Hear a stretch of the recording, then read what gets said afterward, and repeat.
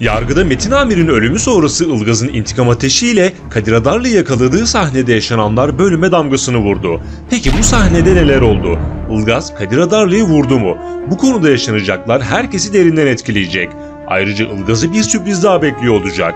Öte yandan bir senaryo sona ererken başka bir bomba senaryo başlıyor. Kaya ailesi için ise yeni bir dönem başlayacak ve birbirinden sürpriz olaylar gelişecek. Şimdi tüm bunlardan ve daha fazlasından bahsedeceğiz. Hemen başlayalım.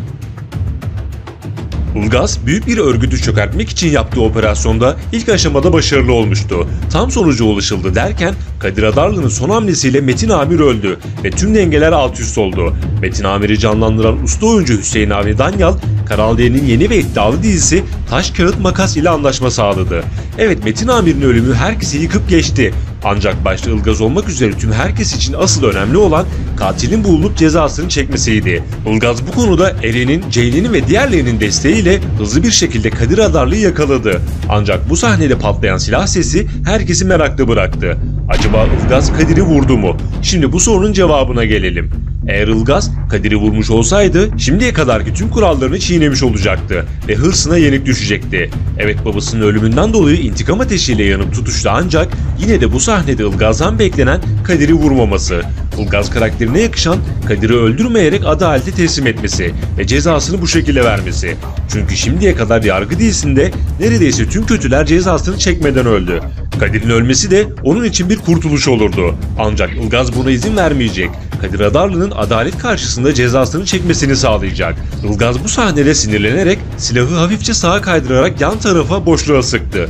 Bu sahneyi dikkatli bir şekilde izleyince Ilgaz'ın tam ateş etmeden önce elini hafifçe yana kaydırdığını net olarak göreceksiniz. Kısacası Ilgaz Kadir'i vurmayacak ve gerekeni yapacak. Böylece Kadir Adarlı senaryosu sona ermiş oldu. Ancak bomba bir senaryonun daha hazırlığı yapılıyor. Diğer yandan ise Kaya ailesi için yeni bir dönem başlıyor. Şimdi gelelim bu konuya ve diğer sürprizlere. Metin Amir'in ölümü elbette herkesi derinden etkilemeye devam edecek.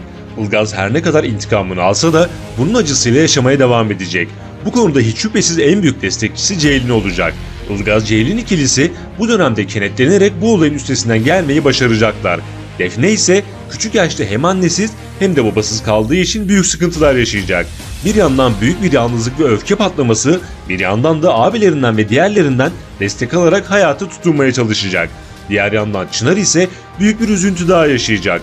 Telefonunu tamir ettikten sonra babasının kendisi hakkında söylediği son cümleleri duyacak. Metin Amir Çınar'a gönderdiği ses kaydında "Benim başımı daha ne kadar eğeceksin" diye bir cümle kullandı. İşte bu cümleler Çınar'ı adeta yıkıma uğratacak. Parla ile olan ilişkisi ise bir süre daha olumsuz ilerleyecek. Bu konuda Tuğçe Parla'yı eleştirerek uyardı ve Parla'nın hatalarını anlayarak Çınar'a destek vermesi beklenecek. Gül, Aylin, Osman tarafında da üzüntü havası devam edecekken Yekta bu süreçte Ceylin ve Ilgaz'ı yalnız bırakmayacak. Tüm bunların yanı sıra senaryosu biten bir başka karakter ise Başsavcı Nadide karakteri. Artık Nadide'nin işi bitti diyebiliriz. Ayrıca eski eşinin eline bir itiraf mektubu var. Son olarak Efe'ye tüm gerçekleri anlatan Nadide başsavcılık makamına veda edecek. Ve bu konuda akıllara Ilgaz'ın başsavcı olma ihtimali geliyor. Bakalım bu ihtimalimiz gerçek olacak mı? Son olarak ailesiyle ilgili tüm gerçekleri öğrenen Efe savcı kendi içine kapanarak sancılı bir sürece giriş yapacak.